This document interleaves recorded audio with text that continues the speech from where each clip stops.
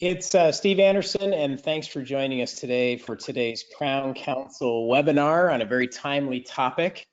Obviously, a lot going on, and what we are working to do through the Crown Council is provide short topics that are timely, hard-hitting, that you can use now without consuming a lot of your time. So we're not doing all-day broadcasts. We're really looking for topic experts that we hope will provide you with information based on the conversations that are going on, especially on the email network.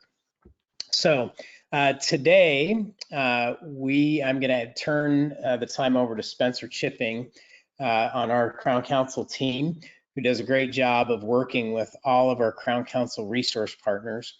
Crown Council resource partners are members of the Crown Council, just like Dennis are. They're committed to providing resources, information, and value-added things to Crown Council members that'll help them navigate practice better. And we have a number of them with us today. They have committed to bring some valuable information that should help everyone make wiser decisions as we move forward. And there will be more to come. So keep an eye on your email from the Crown Council. We're producing short topics every day. So with that, Spencer, I will turn it to you. Thanks so much, Steve. Looking forward to hearing from each of these guys as I've been in touch with them, and their phones are ringing off the hooks in their office, and so it's nice to be able to just have them join us and share the most important topics that they are fielding right now. You'll see on the screen an introduction to David Kirby from Zions Bank Practice Pathways. If you didn't have an opportunity to meet him at the annual event, he's going to share some of the top questions that he's fielding right now, and we'll also be able to open up for some Q&A here in a little bit. So David, let me turn the time over to you. Excellent, thank you. Can everyone hear me? Can hear you good, David. Perfect. Sorry. As many people know, not only is COVID-19 running rampant, but we had a pretty big earthquake here in Salt Lake City. And I thought I moved away from California to get away from those. But so our office has kind of been shut down, and I apologize for not being able to log into the webinar, but at least I'm able to call in. You know, a lot of things are happening in the dental space, and to give some context from the banking perspective, when you looked at the last financial recession of 2008 to 2011, some of your top performing industries during that time, what the SBA, Small Business Administration, does is they monitor basically payment performance and business performance, both in delinquency, default, and bankruptcy and closure. During the last recession, you're of the top 10 industries, the medical industries were the top 10 industries during that time. Veterinary medicine was number one, followed by dental, followed by optometry, and also in the top 10 was pharmacy and physicians.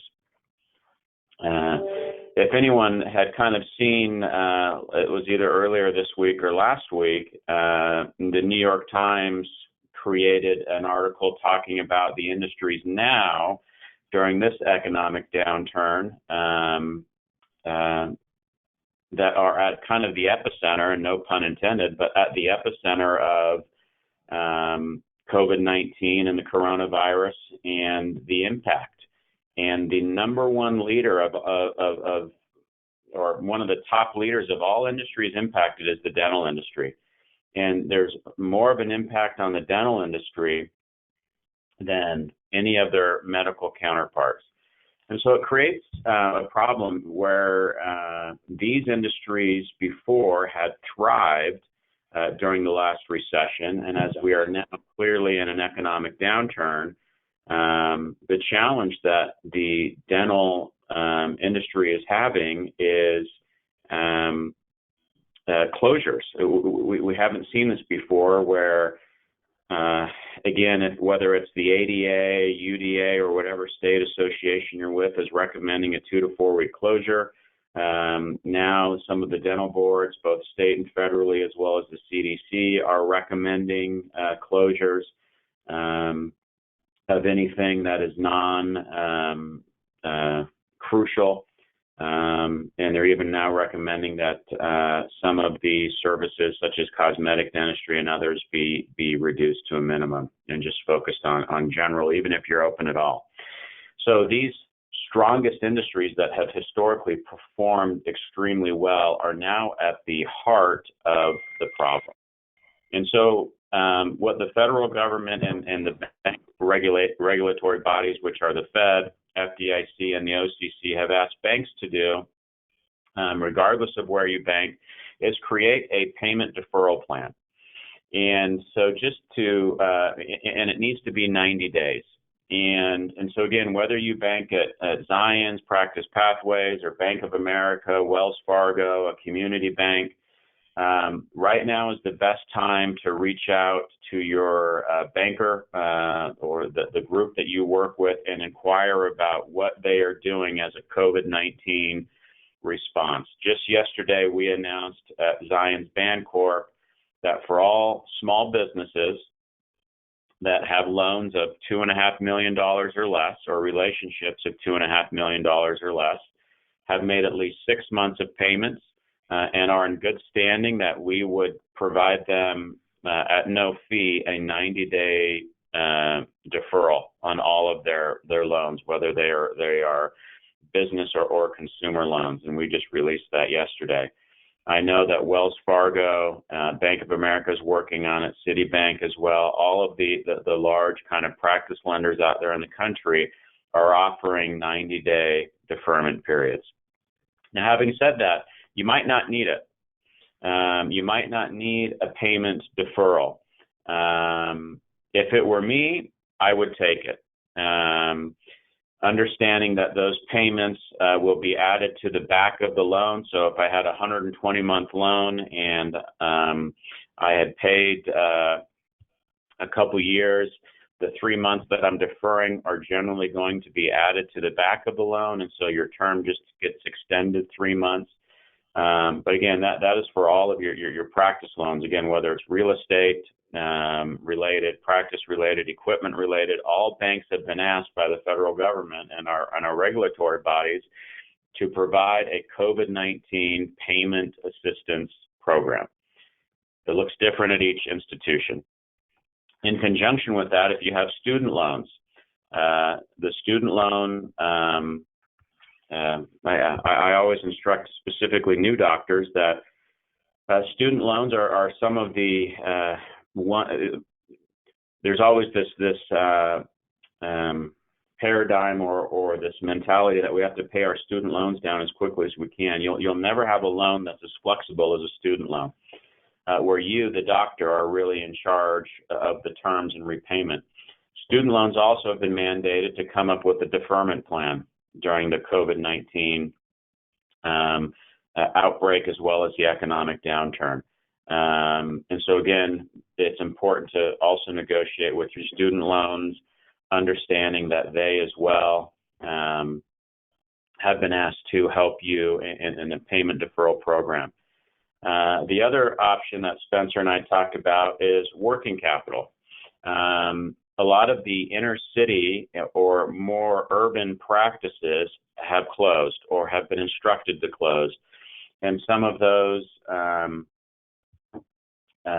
practices that are more rural are staying open, or maybe a practice in North Dakota where there isn't any COVID-19 or coronavirus cases, they may be able to stay open. But if you're in Seattle, San Francisco, Los Angeles, Boston, New York, some of these major cities, you most likely have been asked to close or are already closed. And so some have asked, well, what about working capital? Should I get a line of credit? The answer is possibly. What you need to know about working capital lines of credit are this. Every bank generally has an application-only process, probably up to $50,000 or $100,000, where you can get a revolving line that is generally interest-only for a period of time. Maybe it's a period of a year, 12 months to 24 months. It's interest-only. Sometimes they have a cleanup provision, and what a cleanup provision means is that you have to pay it down to zero or pay it down to 50% or whatever the revolving limit is at some point in the future. A lot of those you can apply online. The challenge is sometimes banks will look at your aggregate debt exposure, meaning that if the practice has $1 million at Bank of America, Wells Fargo is probably not going to come in and take a second lien position on the practice and give you $100,000, which means you have to go to Bank of America, and Bank of America is going to say, great, but I can't do this app only. I'm going to have to, get your full financial package. And in the event that your practice is shut down and you have an immediate impact to cash flow, that could create an application problem for you. So there are solutions that the SBA has created a product called the SBA Express Line of Credit. And banks can fund those without having to take a first lien position. They can do it via a second lien position. Generally, you can get about 10% of your annual revenue in collection. So if I'm collecting $1 million a year, generally I can get a $100,000 line of credit. The SBA has also made the restrictions less burdensome during this time to allow banks to get more approvals and to board those SBA Express lines faster. An SBA Express line is nice because it revolves for 5 years and then it terms out for 5 years. So you have the ability to have a line of credit for 5 years, and then after the 5 years is over, what is owed on the line of credit will term out into a 5-year, 60-month term. Those are generally the prime rate plus a spread of 1% to 3%. Right now, prime is 3.25%. Most banks, though, are holding a floor rate of 4%, so you would be a rate of anywhere to 5% to 6%. So again, lots of options for you right now. We are fielding about 30 to 40 requests per day for all of our clients, asking very similar things. What do I do if I close? Can I defer my payments? Can I do interest-only payments? Can I do a combination of both? The answer is absolutely yes. You have a unique. And David, while you're on, as far as fielding some of the questions right now, I just want to remind everybody that's on right now that you have a questions box as you are logged on and are able to field your questions, anything banking related for David right now. So while David's wrapping up this portion of his section here, please feel free to enter your questions, type them in, and we will answer those. So David, back to you. Yeah, thank you. And if you can just tell me what those questions are. Unfortunately, I can't see the screen right now. But again, and if you think of a question offline, please email me, and Spencer can send out my information. And this is not a sales pitch; it's just here to help navigate, because we are fielding about 30 calls a day for doctors just asking, what they can do. And again, there are solutions for both your student loans, your mortgages, your practice loans, your auto loans, any obligation that you have. There is a solution out there, and our regulatory bodies have asked us to provide solutions. It's just a matter of you asking and then working with your banking partner to figure out what the best solution is. Some of you might not need a deferment. Some of you probably have enough cash flow and very little debt obligation that it's going to be a hiccup. If what the CDC has said is correct, and they feel that this outbreak will peak sometime in April and then sometime in May be back to pre-outbreak levels. My guess is that we'll see dental practices be shut down for a period of 2 to 6 weeks. And if you're collecting on a net 30 or less, your accounts receivable, you should be able to pick up that lost revenue quickly. I had one dentist explain it to me as, well, I take 4 weeks of vacation a year. I guess I'm taking them all right now. So easier said than done, obviously. I understand that. But the point that I wanted to make is don't be afraid to call your banking partner up, have the conversation with them. I think it provides you leverage and power when you understand that we are part of your team. And frankly, you are our asset, the doctor, more than anything, because a bank cannot own a practice. We cannot own patient records. We can't do the drill and fill. We cannot do the clinician work. We're reliant on you to do that. So you are our asset. And when you approach the bank with that mentality, you have a lot of leverage. And I think the most important thing to note is there are solutions for you right now. You just have to start working with your banking partners. Awesome, David.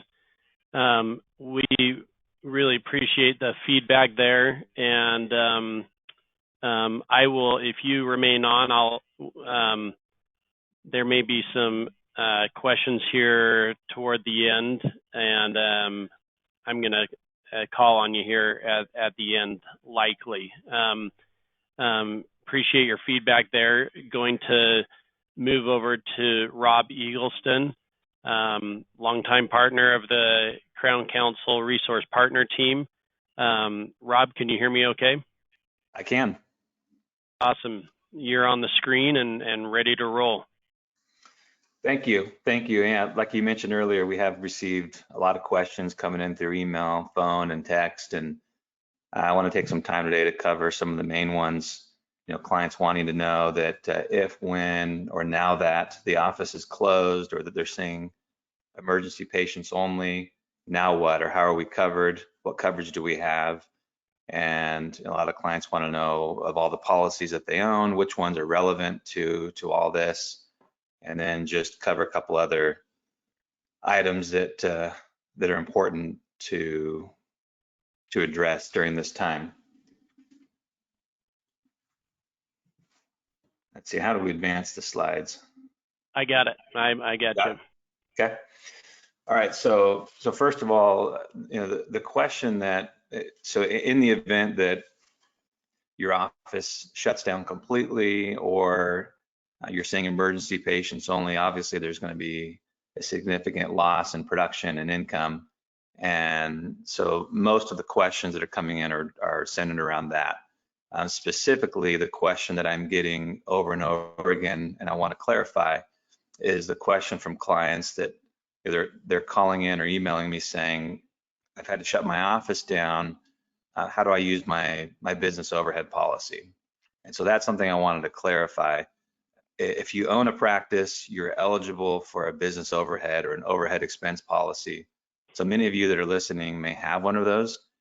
And just so you know, that's part of the disability family, meaning that in order for you to be eligible for a benefit, for an overhead benefit, you have to have some sort of disability. So in this case, you actually would have had to contract the virus. You'd have to have the coronavirus. The overhead policy, if you are disabled and you qualify, helps to cover overhead expenses like your payroll, rent, mortgage, you know, utilities, some of those things.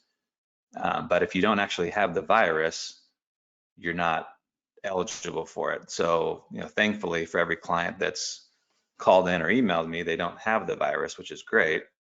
So they wouldn't be using their overhead policy. The policy that would apply would be your business owner policy. Now, this is something that maybe not all of you have an overhead policy, but if you own a business, if you own a practice, then you all have a business owner policy. And the business owner policy, it covers a lot of things. General liability and contents and property are the main items that are covered. And that policy does provide for a loss of income and extra expense. Sometimes we call this portion of it business interruption, but they're really designed to cover losses, property losses due to damage. as a result of a fire, flood, hurricane, or as we saw yesterday, an earthquake, and not necessarily to respond to the spread of a contagious disease like the coronavirus.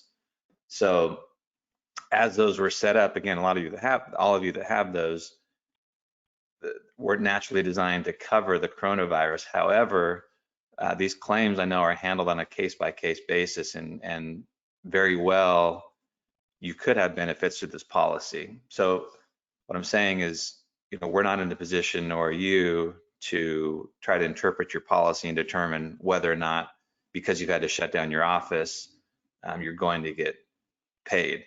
We're encouraging, when you see the timing, we're encouraging all of our clients that have already shut their office down or are looking to do so starting next Monday or whenever that would be, to get on the phone now with your insurance company. And some of these companies, the main ones for dentists, would be Hartford, Hanover, Travelers, CNA. Those aren't the only companies, but that would apply to most of you. Is you want to get on the phone now with claims and start talking through the issues, and start talking through, in filing a claim, what they're going to require, what are some of the paperwork or reports that you're going to have to generate in order to file a claim.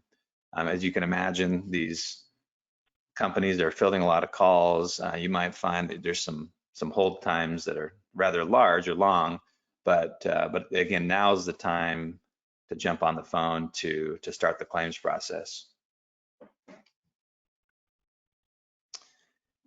And then moving into just some other policies. So we talked about the business owner policy was the one I just mentioned, which applies to you as a business owner trying to recover some lost income or production benefits.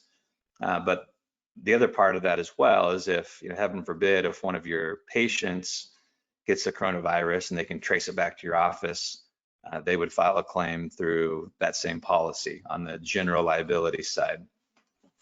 The workers' compensation policy would apply to your employees if one of them happened to get the virus and it was found to be that it was from a coworker or you or a patient.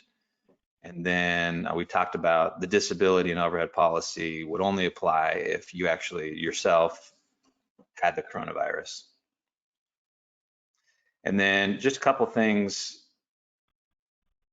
to address, going to the next slide, would be if you are going to file a claim and you're going to try to get some business interruption benefits, then I can tell you you're certainly going to need to clearly demonstrate and prove that you've had a loss of income. So I'm confident that to this point, just before the virus even, that all of you and your practices have kept good financial records, and maybe that was just through your bookkeeper or CPA. But it's a critical time to continue to maintain those now so you can clearly demonstrate that you've had an income loss. And then you're also going to want to, as it says, implement strict and deliberate operating procedures. And that's, a lot of this is to avoid some of the other claims we talked about, a patient or an employee or obviously yourself getting this virus. I've been impressed in talking to a lot of clients, just what they've implemented in their office, simple things like everyone's got to wash their hands, but even getting more detailed and asking more detailed questions to patients before they come into the office. We've had some clients who are taking the temperature each day of their employees and logging that, checking in patients in the parking lot, not having anyone in the waiting room. All those things are important at this time, especially. And then down below, that is my cell phone number, my email. You can send in any emails or questions to rob@eaglestonfinancialgroup.com. Feel free to, you can send me a text if you guys have any specific questions or needs that come up in these next couple of weeks. Like you have had a lot more free time. I'm no longer coaching 4 baseball teams right now. I'm not in Spokane as I'm supposed to be, watching the first round of the NCAA tournament. So I have a lot of extra time, and I'm happy to help you guys through any of the issues and challenges you're facing on the insurance side. Perfect. Rob, thanks so much for that and some really great suggestions there at the end. I appreciate those, and so does everyone on here. What we will do is also field some of these questions here toward the end, Rob, and I'm going to transition here over to Jonathon Moffat. Jonathon Moffat, also longtime Crown Council resource partner.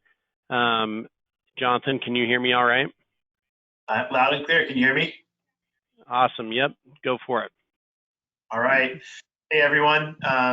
Thanks, Spencer and Steve and Crown Council for putting this on and being a continued resource for all of your members and for our community.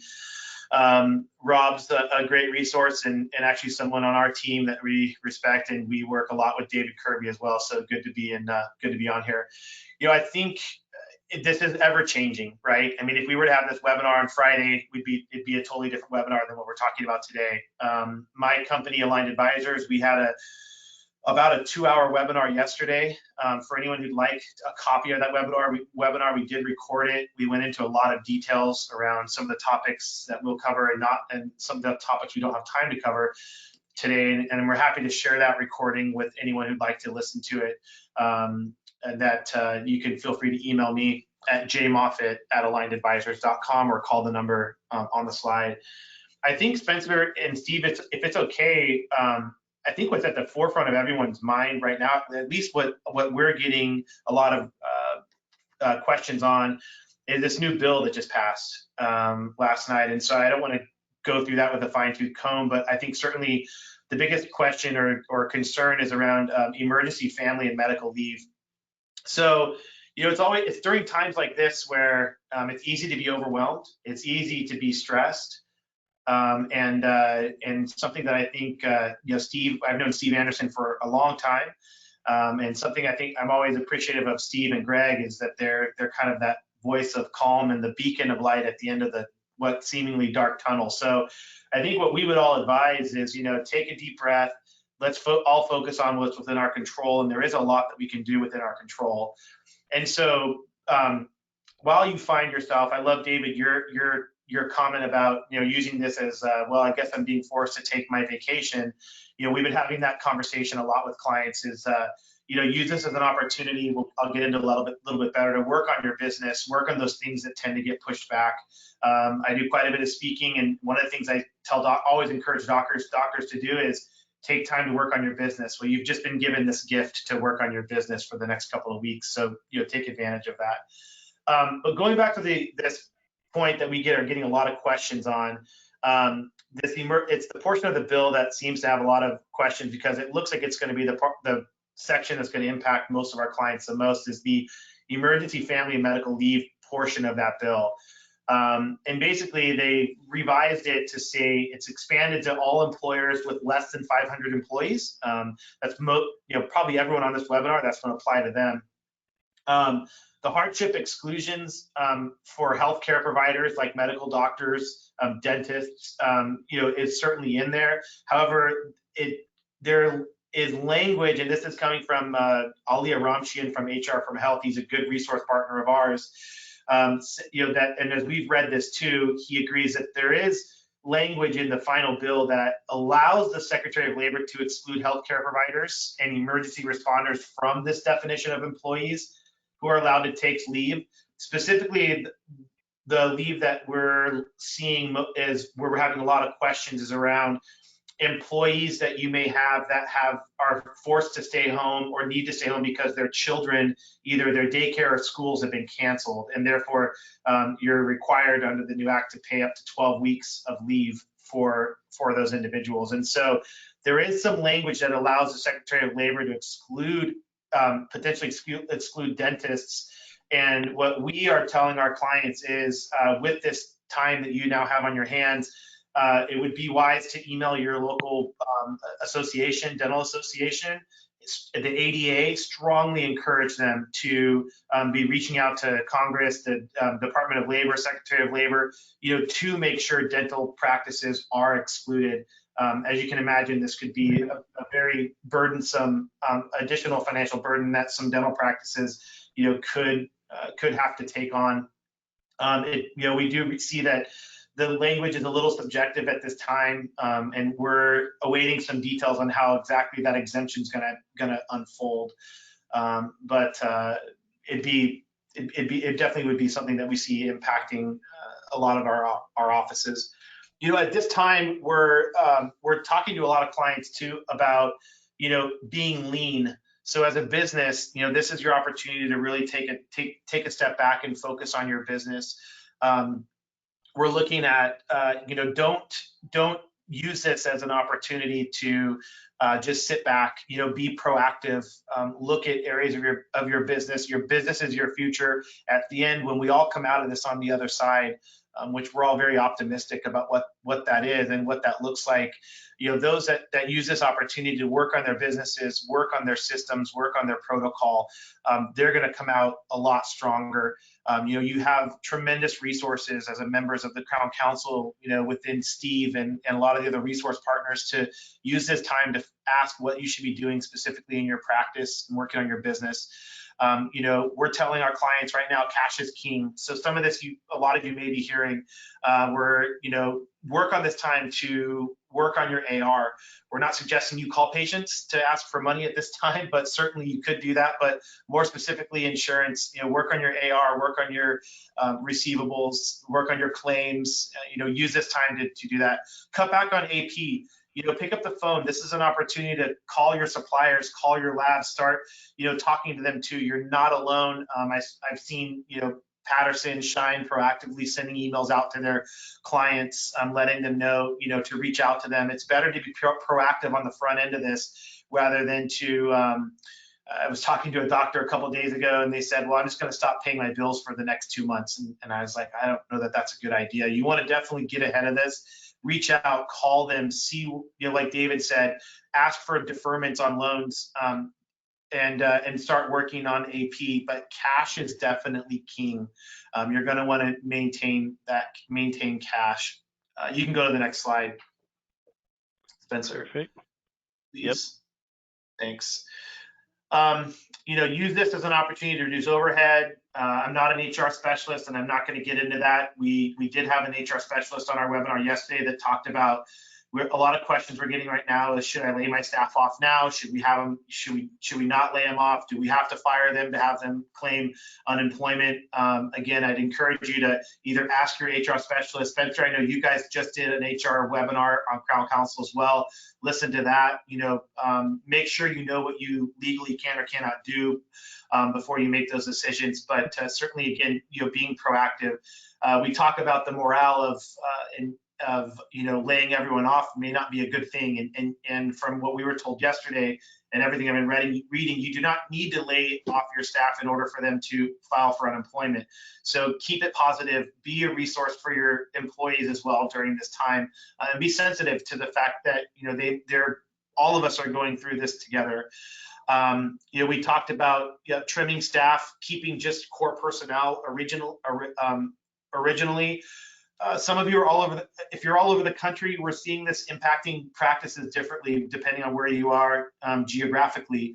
On the West Coast and East Coast, offices are, what we're finding is they're really closing, and that's really what they're focused on, is closing. I've talked to clients in the middle of the country that are saying, yeah, we've kind of started to cut back, but they're not really seeing that impact yet. So as you do cut back, figure out which employees you have that can work from home, you can continue to work on your receivables, continue to work on some of those systems and processes, working on scheduling out patients. Again, I know, Steve, you'll have a lot of thoughts about that, and I'd encourage you to listen to what Steve has to say. He's certainly the expert in this area as far as running an efficient practice.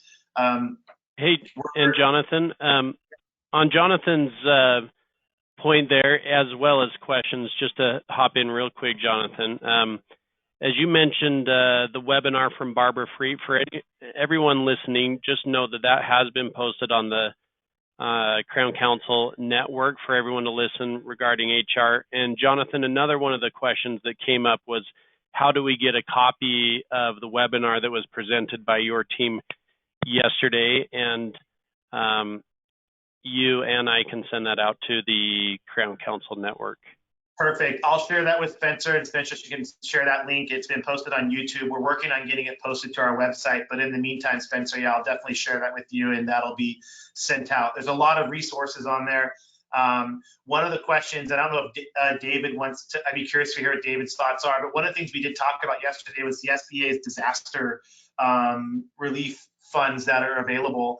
One of the comments that came up was, as David mentioned, which is a very great point, you know, going to Wells Fargo or Zions requesting a loan, if you don't already have existing loans there, may be difficult, as David suggested. And so there are funds available through the SBA Disaster Relief Fund, and we talked about that at great length on the webinar yesterday, as well as where to go, you know, to get access to that. You can find out if your county and state do have to have claimed your area as a disaster. And there's a, if you go to sba.gov/disaster, you can actually find out if your county has done that. If they haven't, there's a form on there you can submit to have them add your county as a disaster county as well.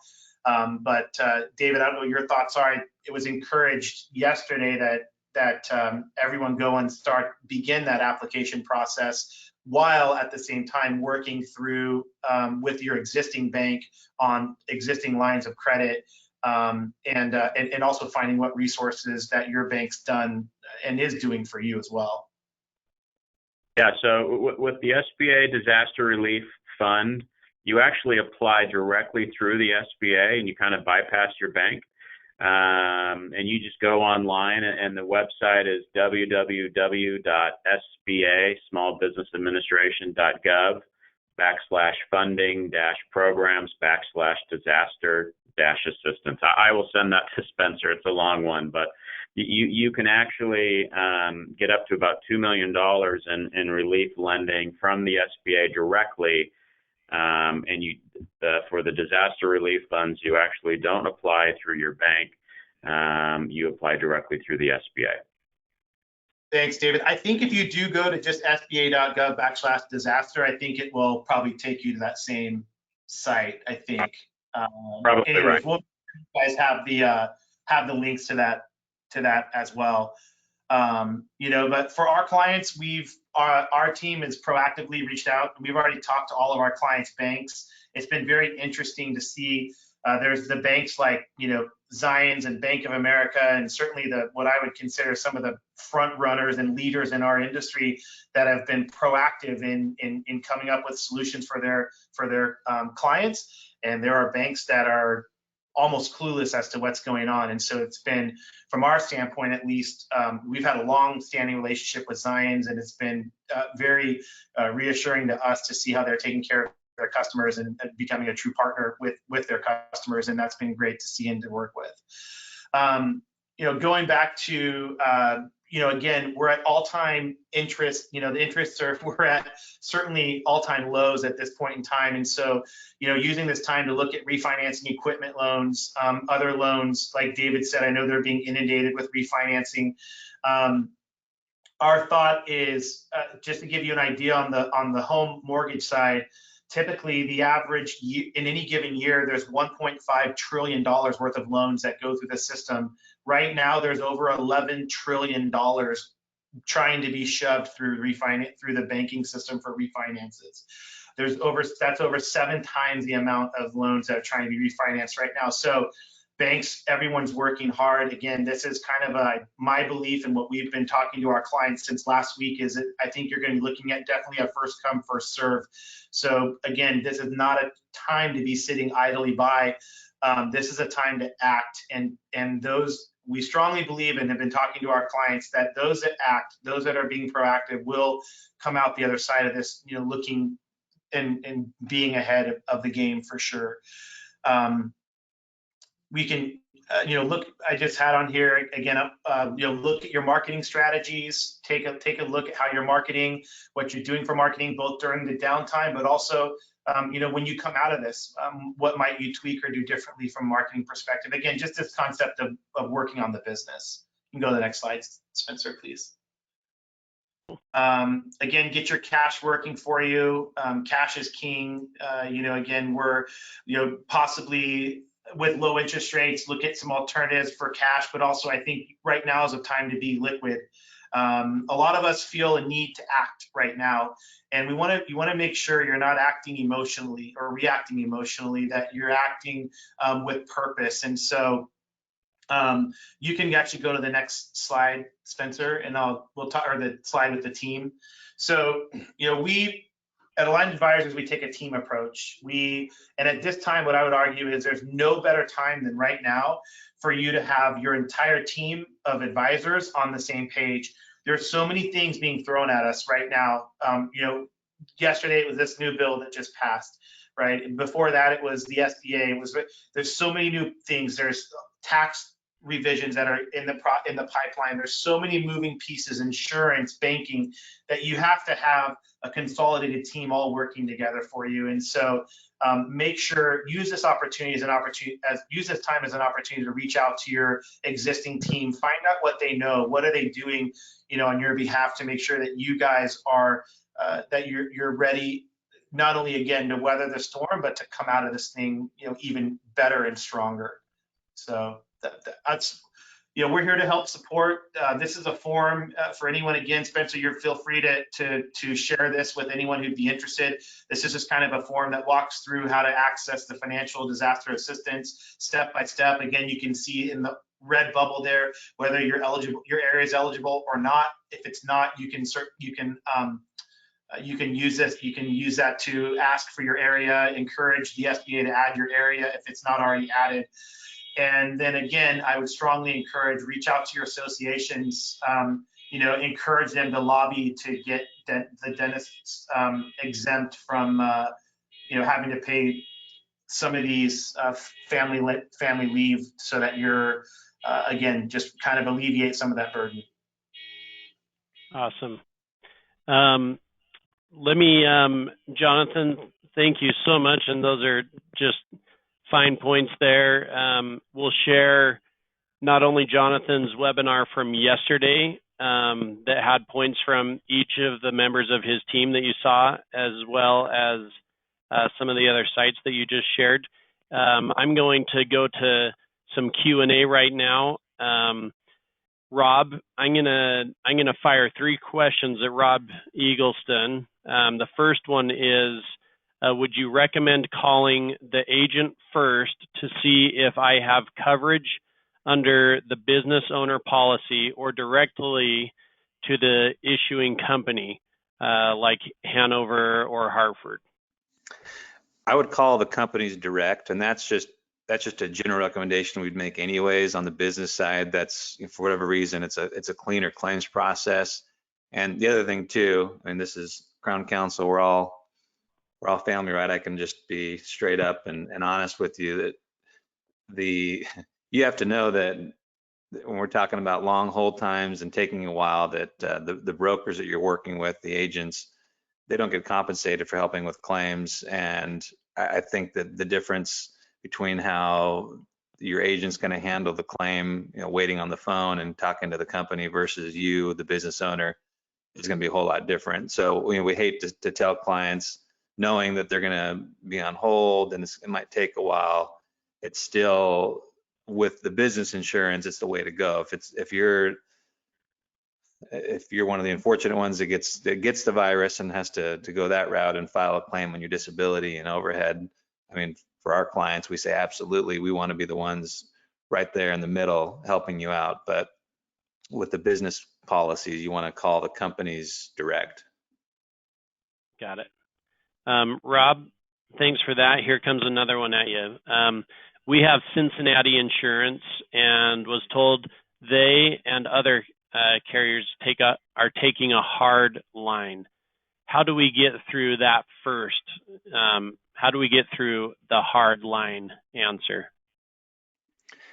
Well, in general, insurance companies across the board have, and whether we're talking about business or health or whatever, have made a name for themselves of being difficult, a lot of them, come claims time. And so I don't think this is going to be much different, especially considering the fact that you calling, you're going to be one of thousands and thousands that are calling at this time to file some sort of claim. And so not a whole lot has changed in that these insurance companies, as they take these claims case by case, I mean, you can bet that they're not just going to give you the benefit of the doubt and say, well, okay, we take your word for it. Let's proceed and pay you some money. And there's going to be a very detailed and maybe lengthy process to go through if you do qualify and if they're going to pay you. And that's why I think that now's the time, right here at the beginning of it, whether you've closed your office already or that's something you're looking to do in the next few days, is you want to get on the phone with them today and establish what it is that's covered in your policy, and if there's a likelihood of you getting any type of benefit, you want them to clearly outline everything that you're going to need to do as a policyholder to be eligible for benefits. So yeah, I would say definitely expect at least a feeling of some resistance on the insurance company side, but that's their job, and they're insuring and protecting you. And if your policy and claim is legitimate, they will pay you. But there is a process, a claims process you have to go through, which again can in some ways seem a little exhausting or detailed, but that's just the way it is. Okay. Thanks, Rob. Final question for Rob is, what products do you offer dental offices? I am assuming insurance, but do you offer anything else? Yeah, we offer insurance of all types, and I would just say, just for the sake of time with the call, is if you want to, on the slides, there was our website, eaglestonfinancialgroup.com. You can go there under services, and there's a detailed list there that lists out everything that we can help you with. So if you want to just for the sake of everyone else and the other presenters who I know have some questions, I would just direct the listeners to our site if they want to go through and check the list out of services and offerings. Yeah, thanks, Rob. And indeed, we'll do that. We'll give a recap of the sources available to everybody that's on today and provide the different ways to get in touch with each of you. We want to thank each of you guys, and I want to turn the time back over to Steve Anderson. Excellent. Thank you, Spencer. And thanks to David and Rob and Jonathan for your insights today. This webinar will be posted on the Crown Council website, crowncouncil.org, under the training tab in webinars. That'll be posted shortly in case you need to re-listen. And we'll also post it on the email network so that you have access to that. We are posting things on the email network constantly. We are doing some of these topics live. Some of them we're recording and we're posting, so keep your eye out.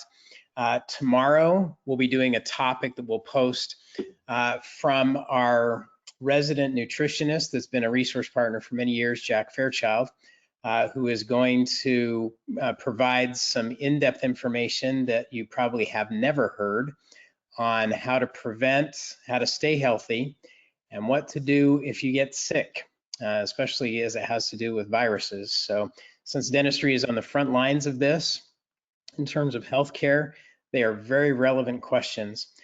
So that'll be a recorded webinar that we'll post later tomorrow with a lot more to come. So keep your questions coming. We have a very active discussion going on the email network, and we are having discussions every day to make sure we bring relevant, hard-hitting, very direct information that you can use now. So thanks for joining us, and gentlemen, thanks again for your wisdom and being succinct and for sharing with us today. I look forward to having all of you join us again soon. Thanks very much.